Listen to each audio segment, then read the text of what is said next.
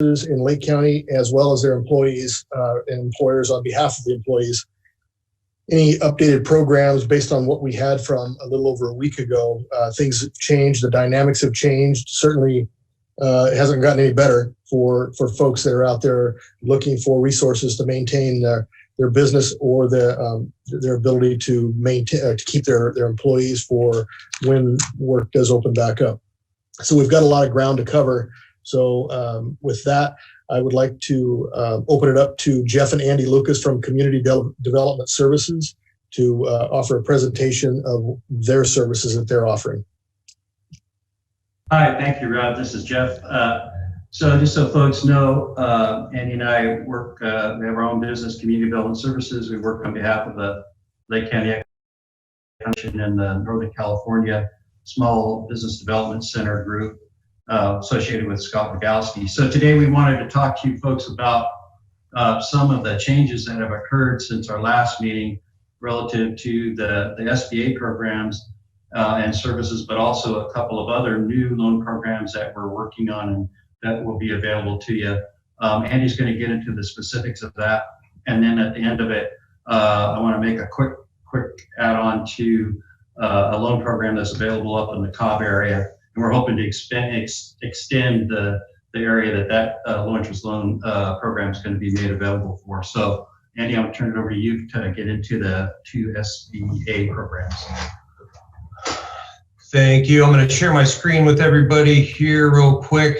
Several of these slides were displayed on the last virtual town hall that the County of Lake sponsored. Very quickly again, Jeff Lucas and Andy Lucas. This slide is important for those business owners that are considering the Paycheck Protection Program and Economic Injury Disaster Loan Program. I think we're all well aware that the funding did run out, unfortunately, for both of these programs. Scott Rodowsky with the SBDC, who will be presenting very shortly, will have some more information, but I believe that funding preparations, and David Thurber will have a little bit more on this, I'm sure. Funding, I think, is fingers crossed for Wednesday that funding will be reallocated and lenders will be able to accept applications again for the Paycheck Protection Program, which is the forgivable loan program that you apply through a bank for, and the Economic Injury Disaster Loan, which is a direct application through the Small Business Administration. I am going to move through these slides relatively quickly just because we're a little bit short on time, and I want to make sure that we cover all the questions that business owners have and get to our other presenters. Very quickly here, the Paycheck Protection Program. This is a great slide for those business owners when you're applying, how to do the kind of quick math and calculate your expenses that are eligible for the program. So I would encourage business owners to take a look at this slide, which all these slides will be available through the county's resource page, and Supervisor Brown will let you know what that address is later on today. Moving on to the next slide here. Lake County lenders participating in the Paycheck Protection Program. We do have David Thurber with Tri-Counties Bank on the line today. Savings Bank of Mendocino County was not able to participate. They're preparing for receiving these applications. If you look very quickly down towards the bottom of the slide, and I know it's small print, United Business Bank was one bank that was accepting applications when the program was open.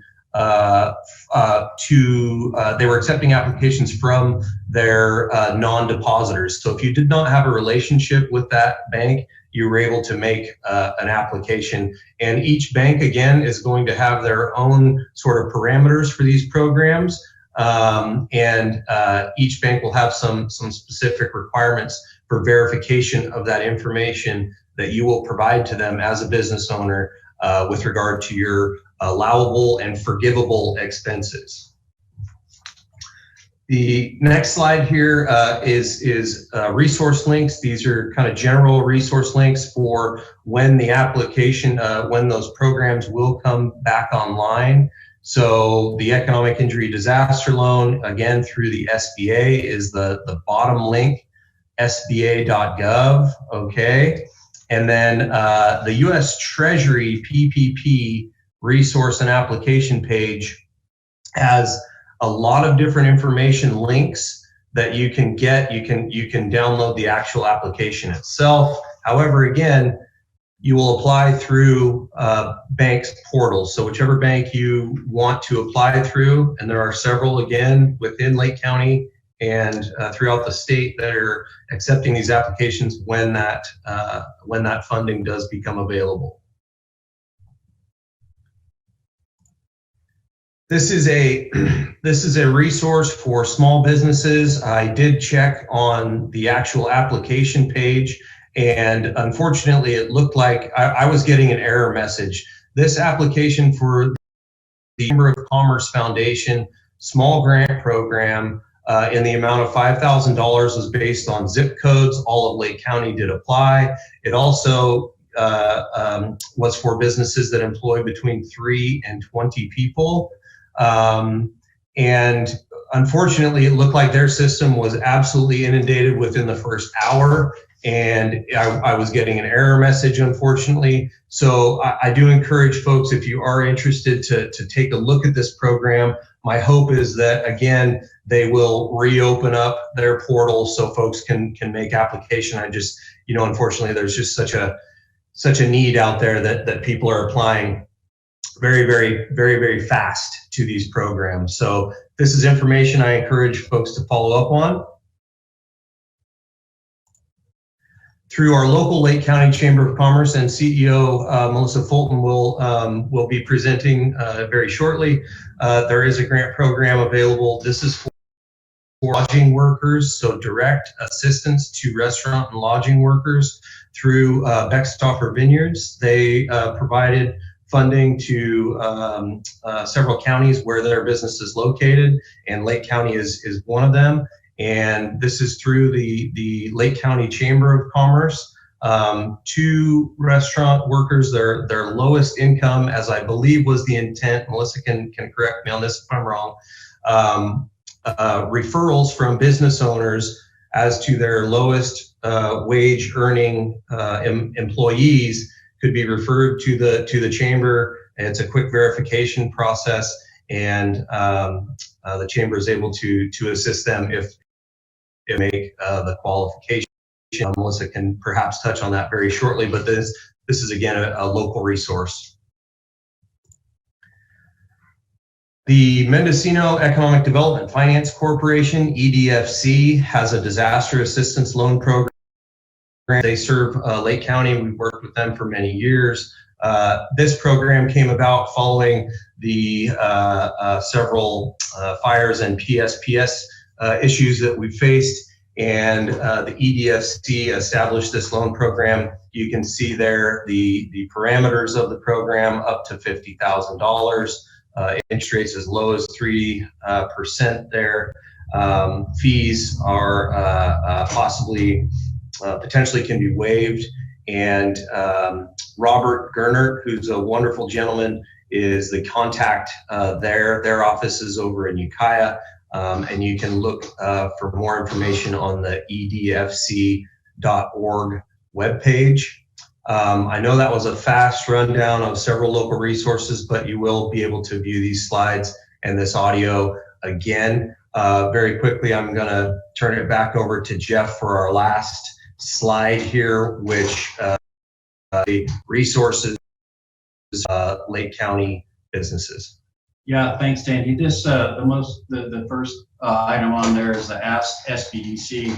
That's really the SBA's site where you can go in if you've made an application for any of the 2 SBA programs that he was talking about, or you have any questions whatsoever.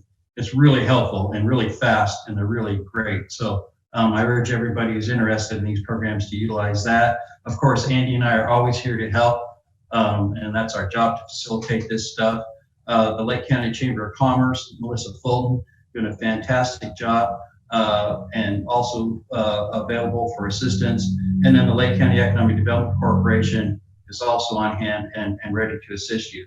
I wanted to bring up this program that we set up a while back with the Cobb Area Council. It was in response to the Valley Fire, and then the PSPS events. It's a small amount of money, but we can do loans up to $2,500, 2% fixed rate, 3-year term. We can make deferrals of payments while you get kind of your business going and up and operational again when we get out of this current situation we're in. If you're interested in that program, we're looking to expand it. We're working on that now with the funding source. So please give us a call and we'll fill you in on how that new program is working. Plus any other questions you may have, that's what we're here for. Thank you. All right, thank you, Jeff and Andy. I appreciate that. So now we'll move on to a presentation by Scott Rodowsky, Associate Director of Partnership, Norcal Small Business Development Center. Scott, thank you. You're welcome, and good afternoon, everyone. Thanks, Supervisor, and thanks, Jeff and Andy from CDS for inviting me here today. Appreciate it. So I just wanted to, trying to make a cup of coffee, but so I was going to show some slides, but there's not a whole lot of slides to show. I was on doing this with your team not too long ago, and there hasn't been that much that has changed. The only thing that's changed is if a small business owner has applied for the EIDL, the EIDL, the Economic Injury Disaster Loan, before March 29th and has not heard back, then they are not in the queue, meaning they would have to wait till it relaunches before they reapply, or they would have to apply for something else, like the PPP or something else. If they have applied after March 29th and they're in the queue and they have not heard anything, then they're still going to be processed and they're still going to be paid out the money that is allocated to them. So that even though the EIDL, the portal is not live for you to apply, it doesn't mean they ran out of money. It just means that they can't take any more applications. It's not humanly possible for them to take any more applications. In the queue are still going to be processed. It's not clear if they're going to be allocated 2 months of working capital or 6 months of working capital.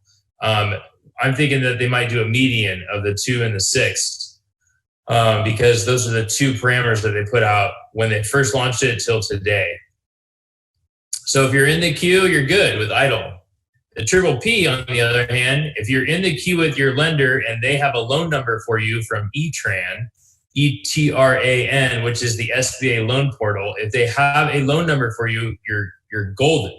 You already have a loan number, then they allocated that money to you already on the back end. If you are applied with a bank and you're on the waiting list, like I heard Chase has 100,000 applications in the waiting list. So if there's 100,000 applications before you, then you're probably not going to get through that under Chase. You might want to withdraw and apply to a different lender. Lendistry, a statewide lender, they only have 400 loans in the queue. So that means you can apply with Lendistry as a business owner. And if you're not sure how to do that, you can go through the SBDC. We can help you with that. If you call your bank and you don't have an ETRAN SBA loan number, then you need to withdraw your application and apply to another lender that takes non-customers because you more than likely don't bank there. Another one is called Ready Capital. They're doing a lot of great loans, pretty fast loans.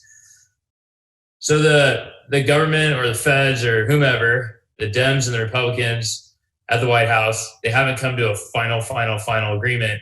It's supposed to come today, maybe tomorrow. There's another tranche of PPP money, about $250 billion, that supposedly is supposed to be live Wednesday. The top 80 banks nationally jumped on a phone call early Saturday morning with Washington, D.C., and they found out that they have from Saturday morning till when the feds launch the new PPP money, all the loans they want in the pipeline currently, and they want to add to the pipeline. So come Wednesday morning, they can press one button, and then thousands of people have ETRAN SBA loan numbers. They feel that out of the $250 billion that's going to be allocated Wednesday, by the time Friday and Saturday come, about $150 to $200 billion will be allocated this week alone. So it won't protect everyone, as we know. We keep finding that out. So we just have to continue to wait for more and more tranches or new things to arise. But if you're working with business owners and they know they're at like 100,000 people on the waiting list, then you can reach out to the SBDC. Jeff and Andy showed that. You can email us at loans@asksbdc.com. You can call that 800 number, 833-ASK-SBDC. You'll get a live person, whether it's through email or through the phone call. If you leave a voicemail, we do send that to somebody else, and they will call you back same day, so that you can get updated information. But that's everything so far. There's the EIDL, the Triple P. The only other thing that exists is if you have any business owners that don't have a social security number, they have like an ITIN or a matricula ID, they do not qualify for the EIDL, possibly not for the Triple P. If that's the case, they can apply through iBank, which is industrial bank under the Governor's Office of Economic Development. You can go to ibank.ca.gov, and they could potentially qualify for up to $50,000 microfunds. That is new. We just found out about that today or this morning on how that allocation of the $50 that he was going to put into the marketplace. It's leveraged 2 to 1, so it's actually $100 million. If you did not qualify, whether it's through credit or whatever terms for the EIDL or the Triple P, then you can apply for that loan, that $50,000 micro loan, but only if you did not qualify. That's pretty much everything at this moment. So thank you. Thank you, Scott. So as Andy and Jeff indicated earlier, we will be posting all of this information and the links to all these websites at lakecountyca.gov, and just type town hall in the search bar, and I'll announce that again before the town hall is over. So Sid Harper from Savings Bank's not able to be with us. So did we have anything there, Andy, or we just move on to the next? Move on to David? So. Yeah, I think we can just move on. Thank you. Move on. Okay. So David Thurber, who joined us last time from Tri-Counties Bank in Middletown. David, thank you for joining us. Can you go ahead and fill us in on what you've got to offer? Yes, again, appreciate the opportunity to participate and being able to share this information. First, I'll give you kind of the good news from our perspective. At Tri-Counties across our footprint, I don't have county numbers specifically, but across our footprint, we've been able to obtain $293 million in funding for our business customers, which is currently helping retain 27,226 jobs, which sounds like a really great number. But we're not fooling ourselves either. There's still a lot more folks that we want to help and then certainly need help. So that's what we've been able to obtain that approval for so far. As mentioned just a few moments ago by Scott Rodowsky, we're waiting for more information so we can get more funding available. And we have countless applications that we've worked through and processed that we're waiting to obtain that ETRAN number. So hopefully when those funds become available, we'll be able to get those submitted, able to get those that funding marked available to them. I have quite the list of inquiry that hopefully we can start accepting applications once again, once it becomes more clear what direction the funding and the availability will be. We're currently still only servicing our own customers. Again, that definition for our financial institution was having any kind of relationship with the bank, personal or business, as of February 15th of this year. And that could be something as simple as a credit card or an auto loan, an account with a child, whatever the case may be. That's how we defined a relationship. So we took a pretty broad scope of what that definition was. Beyond that, just a couple of tips. One is encouraging, call your primary financial institution, work with them. There's programs available for relief, inquiring what those are and work with them. And then the other tip I have is being as prepared as possible. What we found when processing a lot of these loan applications was a lot of incomplete data that they had to come back and obtain. And a loan application, they don't hold up and not work on additional applications. They'll send out, hey, by the way, we need this piece of information from you in order to proceed. But that means they're moving on to the next application. And if that application is complete, that's where they're going to get it submitted and processed for you. So my encouragement is work with them. We provided a list. You're more than welcome to go and check out our website and see what that list of documents needed is. But please have as complete information at submission time and processing time to ensure that your application is getting that full attention right up front to make sure that it processes quickly. As we're finding out, these funds are coming and going rather rapidly, and the more complete your application can be, the higher likelihood that your application is going to be processed accordingly. With that, thank you so much, Rob. Appreciate it, and take it from there. Okay, thank you. So we'll move on to that were submitted that I received regarding the Employment Development Department, EDD, and hopefully this will help some of you. I had a lot of these questions actually came from employers on behalf of their employees, so they're definitely concerned about that. The first question was, what is the average turnaround for application approval and then payment made? And the answer to that was, and by the way, EDD, we invited them to come. They're just so bombarded with requests like this and processing these applications and these payments that they weren't able to cut anybody loose to come in with us. So we appreciate the time that Senator McGuire's office took to get the answers to our questions. And so here that is. So in answer to the question, what is the average turnaround for application approval and then payment made? You'll receive the documents in the mail within 2 weeks of filing your claim.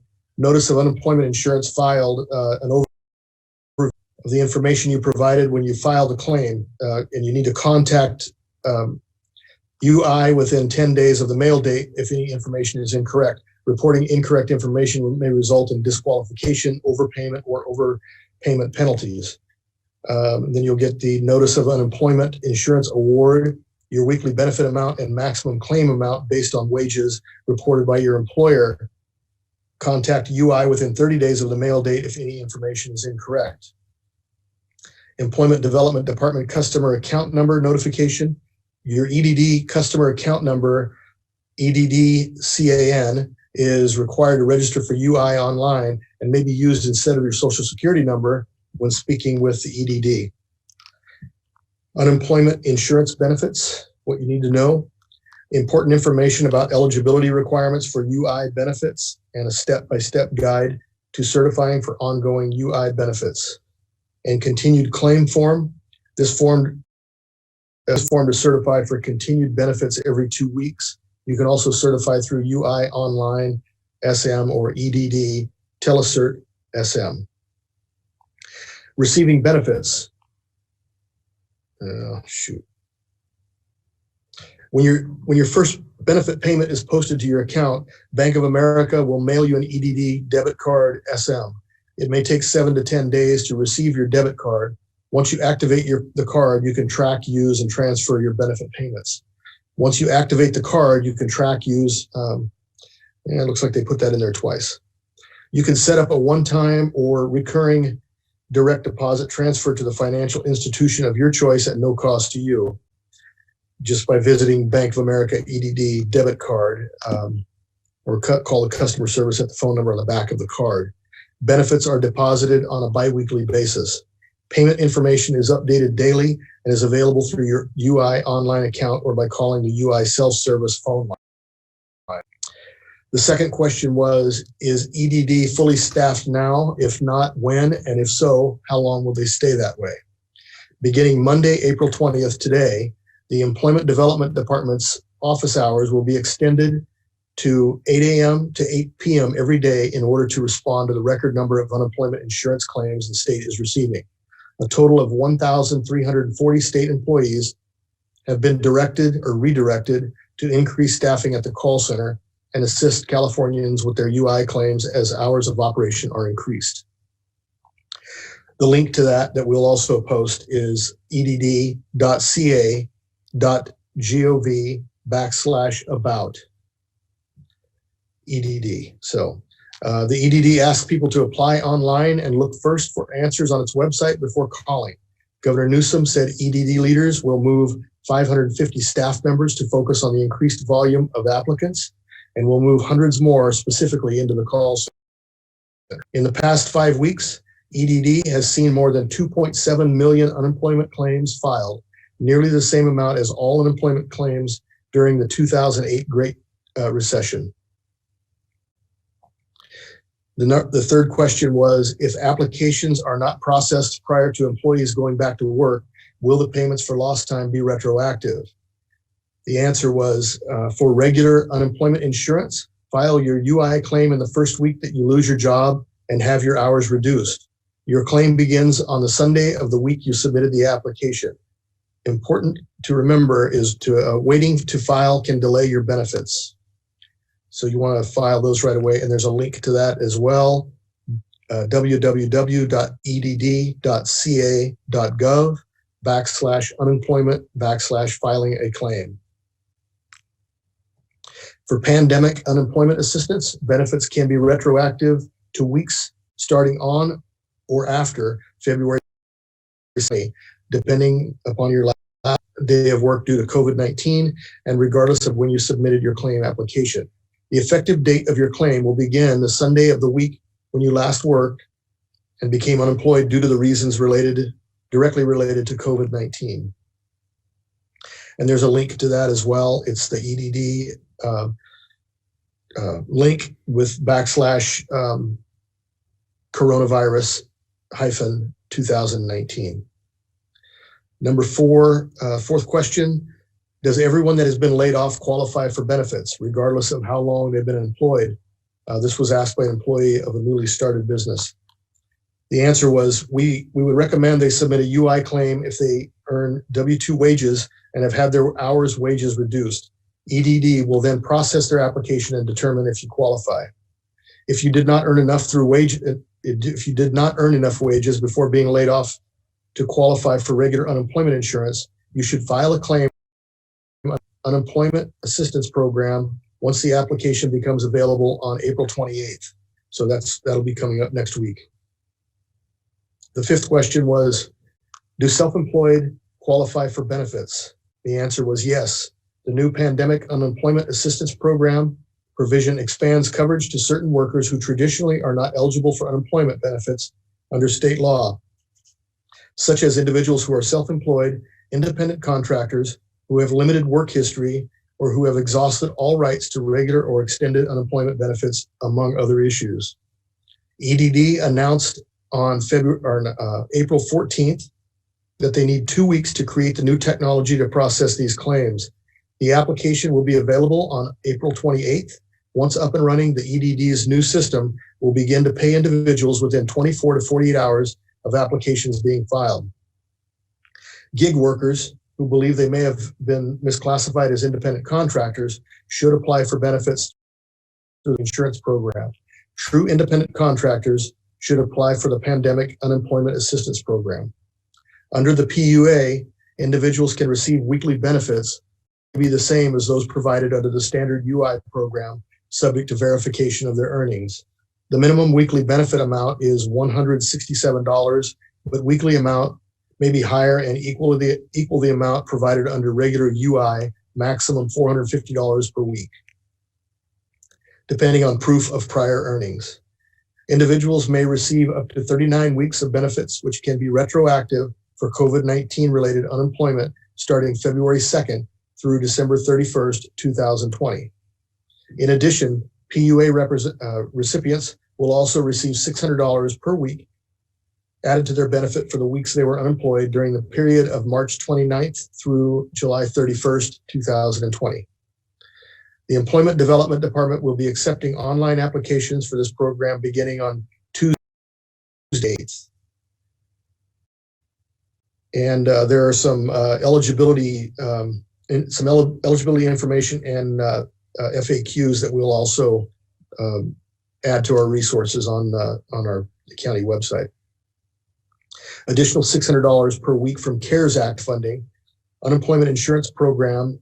If you certified for unemployment insurance benefits for this past Sunday, and have an EDD debit card direct deposit set up, you should have received an additional $1,200. Payments are deposited biweekly on top of your weekly benefits. If you certified on Monday, you should see that on your card today. If you haven't received your debit card yet, then it may take a few extra days for you to receive the $600. You will also receive an additional $600 for the week of April 5th if you qualified for benefits that week. The additional $600 per week will end on July 31st. On the PUA program, you will receive an additional $600 to begin receiving PUA benefits. It will be paid on top of your weekly benefits. The additional weekly benefit will apply to the weeks between March 29th and July 31st, 2020. So those are the questions that we had regarding EDD.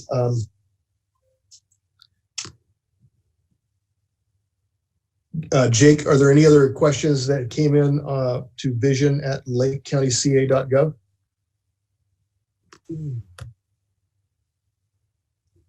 I do not know about that email address. I cannot say. Okay. I don't, maybe we'll check to see who's monitoring that. Yeah, let me see who's monitoring that, and I will follow up. Those were supposed to be submitted by yesterday, 5 p.m., but if there are any others that came in on any other forum that we have, we could take them. So with that, we will move on to Supervisor, who I'm working with him directly on the Blue Collar Committee, and he's going to share with you some of the ideas, initiatives, and valid concerns that we've been offered by local businesses, and what's happening as far as the anticipation of maybe opening up some of those businesses. Supervisor Crandall. Yes, thank you, Supervisor Brown. Yes, so just a little recap. The Blue Collar Committee has been meeting for at least a month now. This committee is comprised of business owners that are involved not only with realty, store owners, there's also salon owners, hotel owners, things like that. The Chamber of Commerce, Jeff and Andy from Community Development, and then there's other folks that, of course, join in as well. Supervisor Brown initiated this concept, and they were all noticing some disconcerting attributes in regard to essential businesses that have been allowed to open in the stores locally.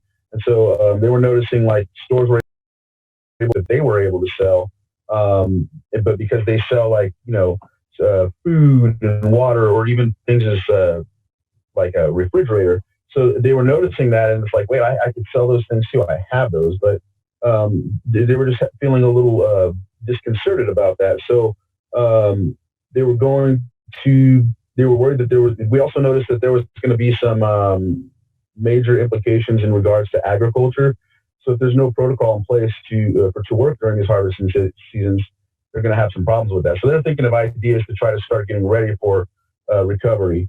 Realtors also have a lot of very effective policies in place in order to provide tours, because right now there are a lot of visual tours, but they feel that they can do actual tours by, for example, allowing the person to test for the COVID-19 by using thermometers. They have the thermometers that you use in your head, making sure that you have the proper PPE on, scheduling appointments. Same with the salons and the bar. Visual appointments, work in that kind of aspect, because what the problem too that they're noticing is now that people are even out for essential shopping or essential commerce, there's not a lot of places to go. And so if they were able to actually open response, then they would be able to provide that. And they have good ideas to do this, and they're responsible. They've been working on these for quite some time. Let's see, I think I have a lot of notes, but I covered a lot of it. They're not looking to do anything outside the ordinary in regard to the governor's orders or the Dr. Pace's orders. They just feel that they're prepared to conduct business and responsibly open. They want to be just in tune with the governor's orders and be able to conduct commerce and provide other options for people and do business in a safe and effective manner.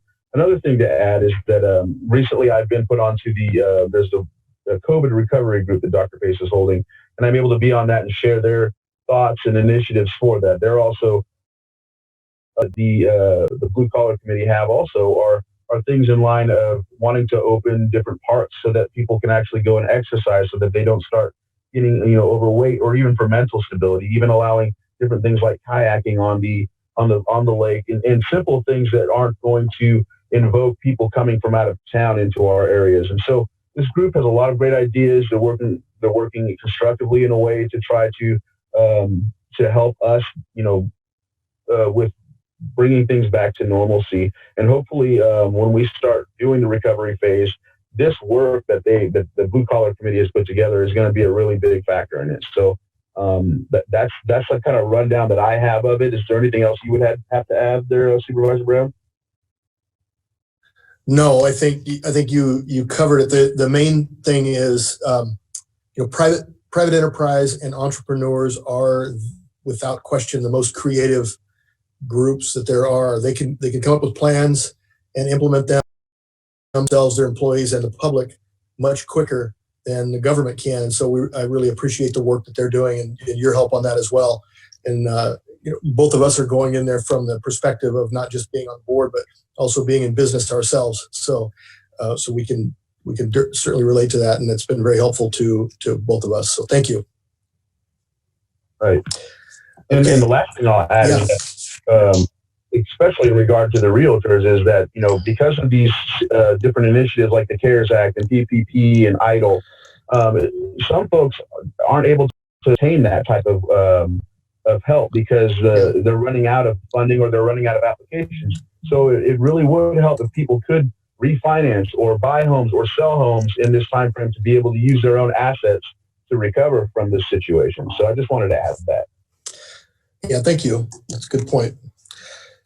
So we'll move on to Melissa Fulton, the CEO of Lake County Chamber of Commerce, who also Blue Collar Committee with us. Melissa, what can you offer us here? Thank you very much, Rob. I appreciate participating in the Blue Collar Committee and also in these town hall meetings, which I think are very important for our general public to be able to listen in to and send questions to. And I think it's, I don't recall you mentioning today the turnout we had on the last town hall meeting, which I thought was amazing. Something like 10,000 people either watched or listened later to the town hall itself. So obviously we're reaching out. I wanted to talk a little bit about the Beckstoffer Vineyard offer. And this offer is limited to 2 employees from each restaurant and each lodging facility in the county of Lake.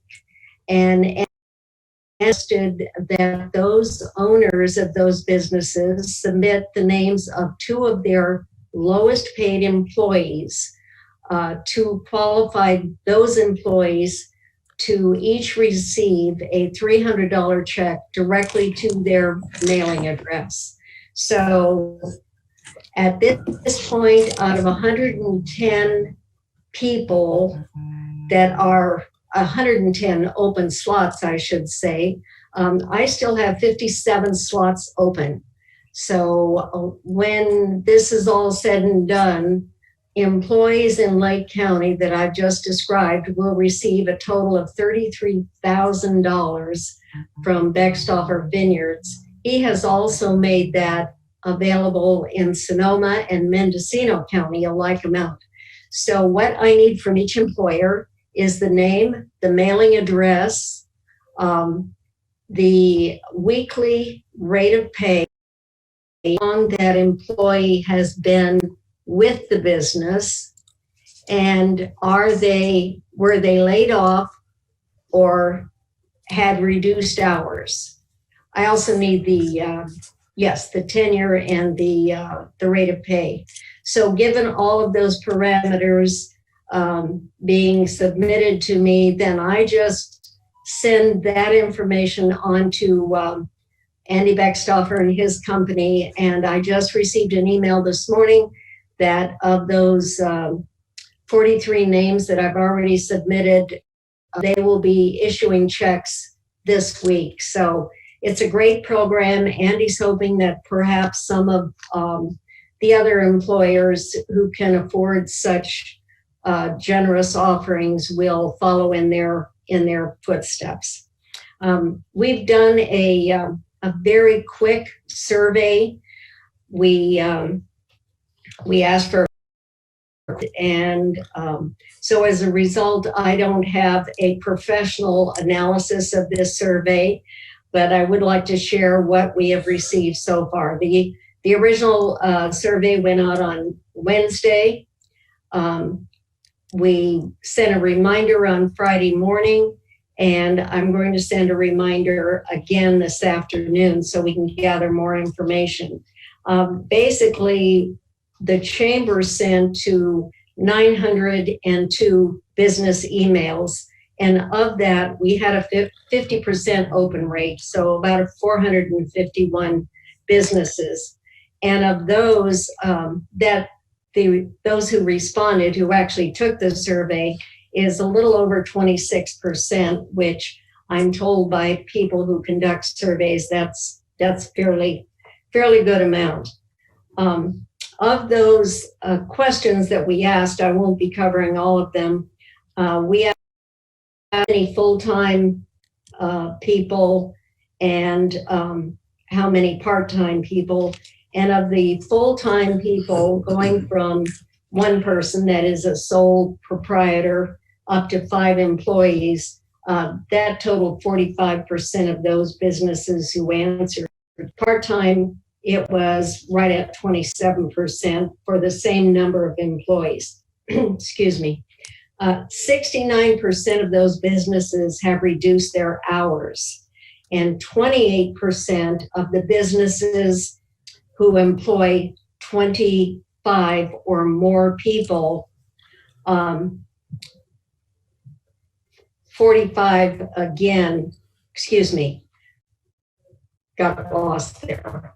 28% of the large businesses have cut their hours from full-time, I take that to mean 40 hours a week, to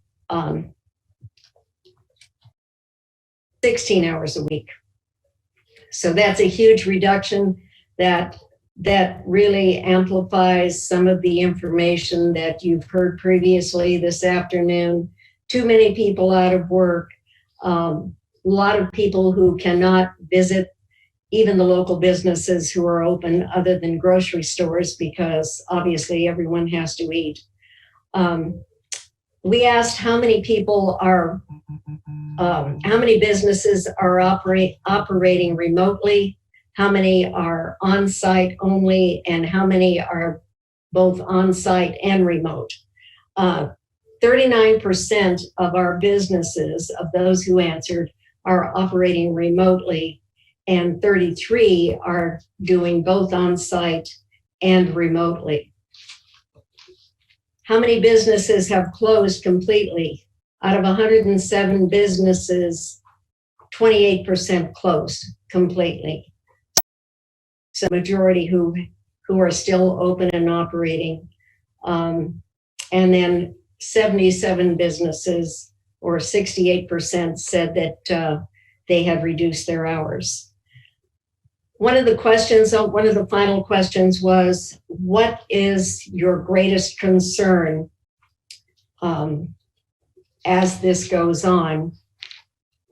And the greatest concern is meeting their capital requirements for the next 90 days.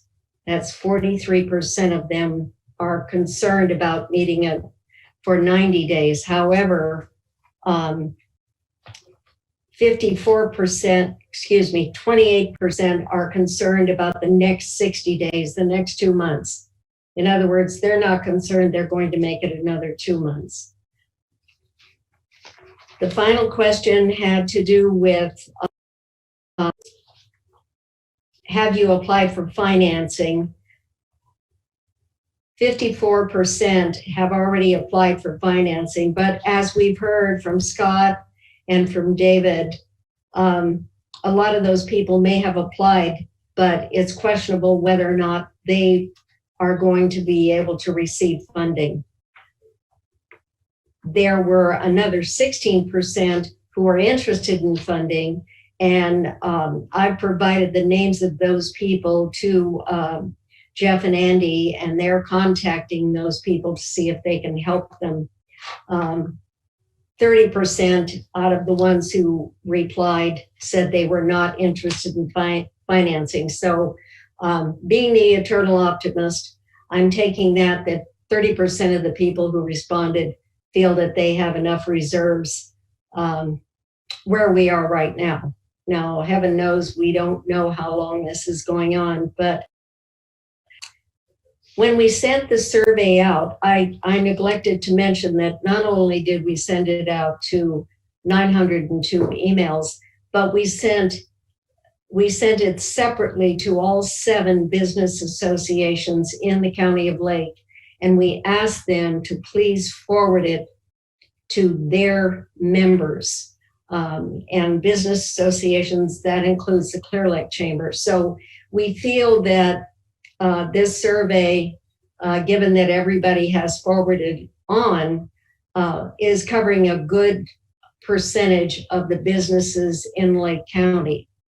And one of the questions we asked, actually it was in the opening message, if you will, before they clicked on take the survey, was if you were able to open your business, what processes would you use in your business? Saying that we have a lot of different businesses, to the safety of yourself, your employees, and your customers. And I've had not quite 24 responses to that, which I'll be sharing with the Blue Collar Committee. But our hope with that question was that we could identify, for the benefit of our local health official and the governor and various government entities, that these businesses are being very, very aware. They're remaining aware. They recognize the seriousness of protecting all of us, but they are actually coming up with some very, very good common sense methodology for opening their businesses so they can once again pay themselves, pay their employees, and support our communities. And when we talk about business, we're talking about our friends, our neighbors. We're talking about retired seniors, because all of us support everyone in the community. And so hopefully when we send out that reminder this afternoon, we will get a lot more responses. And we really appreciate the businesses who sent us their thoughts about how their business could operate if it were allowed to open again, because that is something that I think all of us can use to the betterment of our local economy. Thank you very much, unless somebody has some questions. Thank you, Melissa. I appreciate all the work that you've been doing and the help that you've been giving us on the Blue Collar Committee and in this forum as far as the survey. Is the survey over? Are you still allowing input from that? Yes, as I mentioned, we're going to send out another reminder this afternoon. Okay. Yeah, you did say that. That's right. Thank you. So okay. Hopefully That's people will take it. Thank you. And now more than ever, when things do open up, or even now, shopping local is so important. It's not just a bumper sticker slogan any longer. It's a matter of survival for our businesses and our locals that they sponsor our youth activities. They're such an integral part of the jobs in our community, and we have to support them even now more than ever. Rob, I did have one more thing. There was a thought expressed by one of the respondents about the fact that because we're talking about opening businesses, we're actually asking people to come in from out of county. And I responded to that business and told them that not what we're talking about. We're talking about opening these businesses for our local residents, and that we understand that everybody should remain in place, shelter in place in their own counties. We want our local residents to have access to local businesses. And yes, definitely shop local. Thank you. Yes. Okay. Thank you. And I think that concludes the town hall. We decided to have a second one based on more questions that had come up, and I think it's been valuable. I appreciate the time that all of you have spent. Scott had to jump off to attend to other things, so I appreciate that. And if the need arises over the next few days, we decide to schedule another one, we'll make sure that that's widely known. Again, I'd like to thank everyone, and I'd like to thank Taylor Morrison and Senator Mike McGuire's office for their assistance with the EDD focused questions. That was very helpful. Hopefully it was helpful to many of you. And our Spanish simulcast on Facebook Live, Luisa Acosta and Maria Mosqueda. And I would like to add to the numbers that Melissa said earlier of the 10,000 people that had viewed or watched the town hall earlier. That was also 1,700 Spanish-speaking listeners or viewers. So there's definitely a broad sector in our community that needs this in that community as well. Also, I'd like to thank our technical crew, Jake Ranke and Sam Houston, for helping to make this happen. And again, be safe. We're working as hard as we can to try to get people back to work. Nothing will replace that. All the programs in the world will not replace the ability for us to get back to work like we were in the good months preceding this COVID issue. So please contact us with any questions that you might have that may come up. Again, the website is lakecountyca.gov. The search for town hall will come up with this town hall and the questions that were answered and the links provided. Thank you again. Goodbye.